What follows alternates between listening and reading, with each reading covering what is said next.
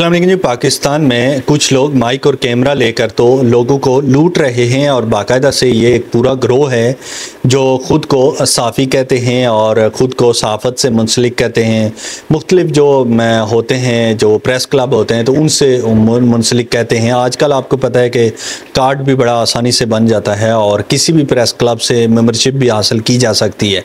Club की membership एक ready वाले के पास है तो फिर आप इस चीज़ का अंदाज़ा लगा सकते हैं कि प्रेस क्लब की मेंबरशिप हासिल करना कितना आसान है।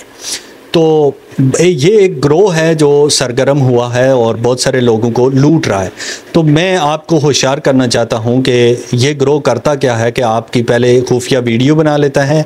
आपकी जो शॉप है, आपकी अगर बेकरी है, दुकान है, मेडिकल स्टोर है, जो भी है आपके पास, तो आपकी खुफिया रिकॉर्डिंग कर लेगा। उसके बाद से ये आपको वो रिकॉर्डिंग दिखाएगा कि ये चीज़ आप कर रहे थे, तो ये वो एडिट वगैरह करके तो ऐसा लगता है कि आप ये कोई गलत काम कर रहे थे, आपको फंसा देगा और उसके बाद से आपको पैसों की डिमांड करेगा कि इतने पैसे आप दे दें तो आपकी हम जान छोड़ देते हैं। बहुत सारे लोग आजकल, आपको पता है कि रावलपिंडी में या कहीं पर भी पाकिस्तान के हालात ऐसे हैं कि हमें मजबूरी 2 नंबर काम करना पड़ता है। 2 नंबर से मुराद के हम जो होटल्स वगैरह हैं तो वहाँ पर लोकल ऑयल इस्तेमाल होता है, लोकल घी इस्तेमाल होता है खाने पीने की चीज़ों में।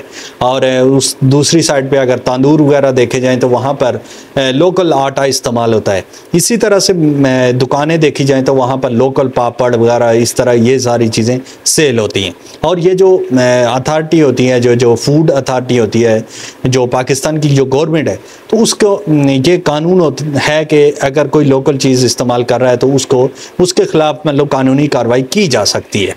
तो ये उस चीज़ का फ़ायदा उठा के बहुत सारे लोगों को ब्लैकमेल करते हैं और उन लोगों को कहते हैं जी कि हम आपकी कंप्लेन कर देंगे, हमारे इतने ताल्लुकात हैं। ये एक पेट्रोल पंप के जो मालिक है या मैनेजर है उसको ब्लैकमेल करते हुए भी देखे गए थे। रवात वाली साइड पे एक पेट्रोल पंप पे ये पेट्रोल के मालिक को ब्लैकमेल कर रहे थे कि वो इतने पैसे दो तो वो करो।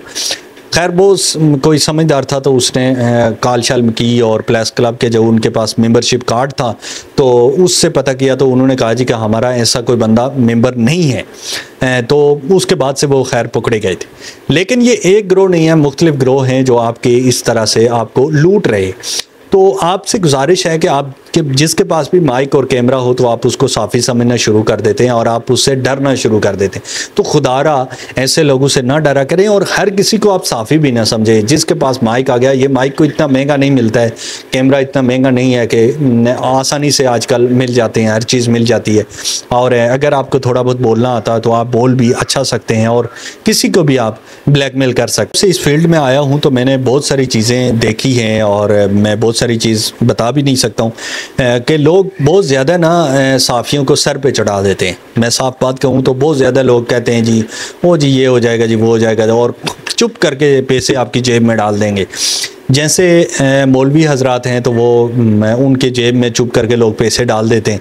तो ऐसे साफ़ियों का भी मौजें लगी हुई हैं और चुप करके लोग पैसे जेब में डाल देते हैं। किसी की आपने अगर वीडियो बना ली तो किसी को थोड़ा बहुत सपोर्ट कर लिया, खास करके ये जो सियासतदान होते हैं या जो लोग कारोबारी लोग हैं, तो ये आपको बहुत ज़्यादा पैसे से नवाजते हैं आप अगर इनकी वीडियो वगैरह बनाते हैं तो इसलिए खुदारा ऐसे लोगों से बचें। हर कोई मतलब कि इस जो उसूल हैं सहाफ़त के तो वो पूरे नहीं उतरता हर कोई, और बहुत ज़्यादा लोग इसका गलत इस्तेमाल करते हुए, क्योंकि सोशल मीडिया ने हर किसी को साफ़ी बना दिया, तो वो अपनी इस चीज़ का गलत इस्तेमाल करते हुए लोगों को लूट रहे हैं। एक तो होता है कि चलो ठीक है, आपने किसी की वीडियो बनाई, आपके पास अगर उसने कोई पैसे दे दिए तो ठीक है, आप वो दोनों राज़ी खुशी एक दूसरे को पैसे दे रहे हैं तो ठीक है, आप कर सकते हैं। लेकिन एक होता है कि किसी को ब्लैकमेल करके आप अगर पैसे बटोर रहे हैं तो ये गलत है, ये उसूलों के ख़िलाफ़ है। तो ऐसे लोगों से आप बचें और ऐसा कोई भी शख्स आपको नज़र आए तो फ़ौरी तौर पर आप 15 पे इतला दें कि ऐसे लोग यहाँ पर मौजूद हैं।